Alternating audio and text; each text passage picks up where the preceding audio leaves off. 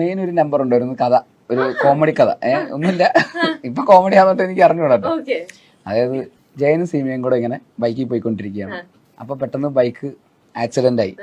അപ്പൊ സീമ ഒരു മുള്ളുള്ള ഒരു കാട്ടിലേക്ക് വീണു. അപ്പൊ ജയൻ ഇങ്ങനെ നോക്കിയിട്ട്, സീമേ നീ മുള്ളിപ്പോയോ?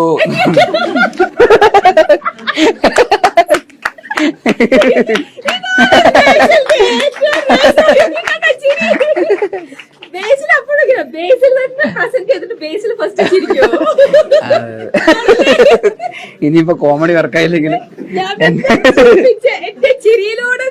ചിരിച്ചോട്ടെ എന്ന് വിചാരിക്കും. അത് കൊള്ളാം. അത് എന്തായാലും ഓക്കെ. ഇത് പറഞ്ഞു വരികയായിരുന്നു ഒരു കാര്യം. ഞാൻ പറഞ്ഞു തുടങ്ങി ഇങ്ങനെ പോകും. ഇനിയിപ്പോ എന്തായാലും ജോലിയൊക്കെ കിട്ടി. ഇനിയിപ്പോ വീട്ടുകാര് ഇനി അങ്ങനെ നമുക്ക് കുറച്ചുകൂടെ കൺവിൻസിങ് ആവും നമുക്ക്.